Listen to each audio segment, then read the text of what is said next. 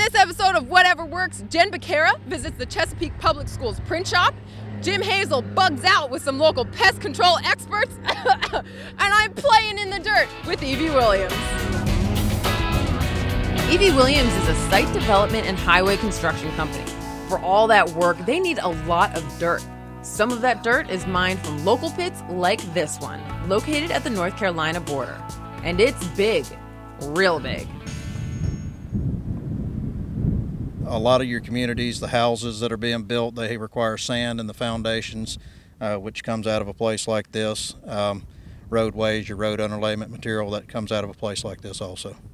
So I look around to this stuff and it just looks like a whole bunch of sand and dirt to me, but there's a lot of different types of material that you can pull out of here. Tell us about that. Up on the top cut, up there where we're uncovering now, we're excavating the topsoil and the clay off of it to get to a finer grain of sand, which is basically used for MSC walls.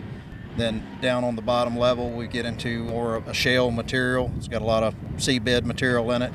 It's a little coarser in grain, which is used for, wick draining, septic systems, and that sort of thing, and basically road underlayments. A lot of different big machines here, but it looks like they're all working together. So tell me about the different types of machines that you're using. Well, what you see coming past you right now is an off-road truck. He is transporting material from one side over to the stockpile, which the excavator loads that material, loads it onto the trucks, they haul it over to the other side, and we're stockpiling that material for future use. We've got a bulldozer over there that pushes that material up and puts it back in another stockpile.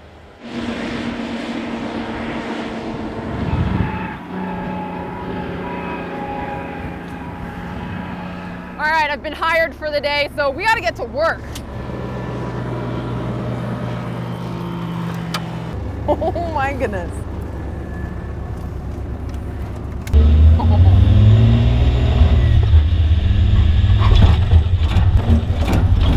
my goodness. I told you.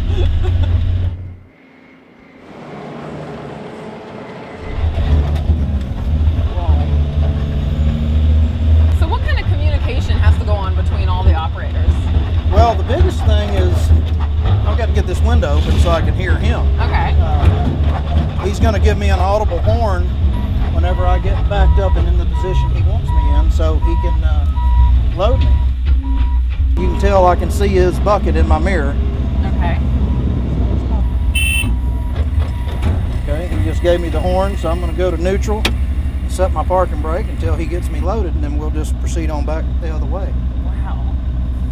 How many bucketfuls can he give you? It varies on how much he'll heap it up, but anywhere between 8 and 10. Wow. Oh man. What kind of safety precautions do you guys have to consider? Everything. The piles of dirt that you see around the edges, those are safety berms to keep us from driving off of it.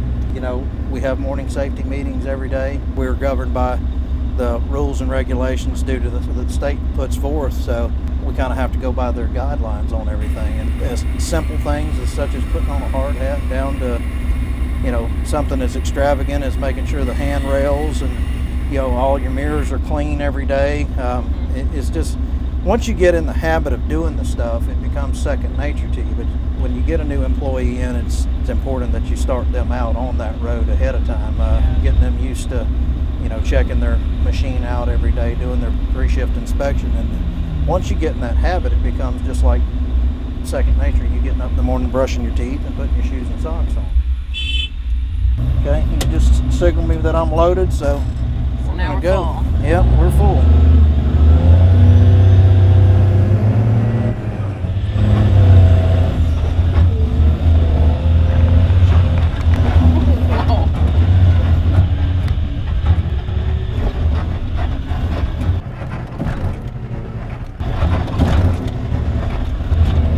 And it's a lot smoother of a ride once you get a load on it than it is when it's empty. Does it even it out or hold it down a little bit? It makes the suspension work. Okay. When there's no weight on it, the suspension's just bouncing. Yeah.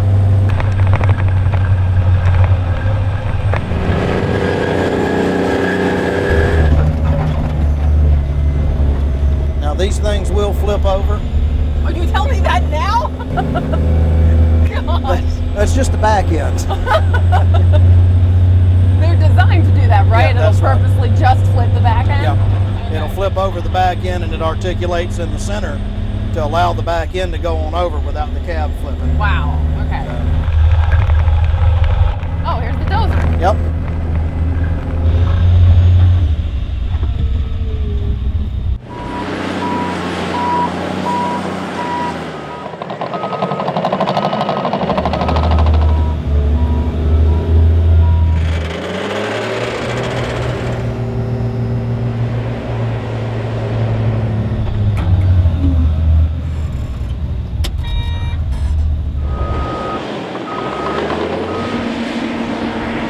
Come a long way, and the technology's in the equipment. You know, before these trucks here, they didn't have air conditioning, no shocks, no anything in them. Oh man! And it was just a violent ride. When I started into this, everything was open cabbed. And, wow. You know, it was really tough. I mean, those were the guys that went home at the end of the day and they were beat. Yeah.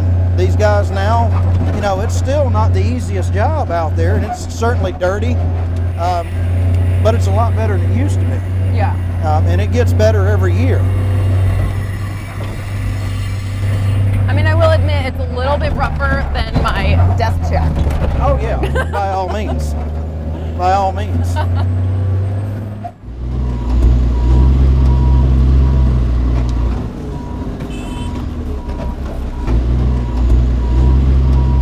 One off-road truck holds about 30 tons of material and moves 50 loads each day. But the days are long and hard for this year-round operation.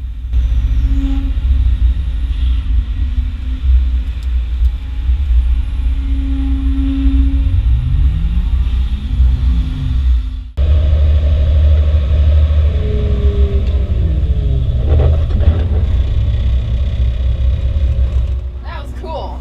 Awesome. Jeff, we're like in a wind/sandstorm. What are the conditions like for the guys and girls who have to work out here every day? Just what you see. It's we get cold in the winter and wet. Summertime, we're hot, we're sweating.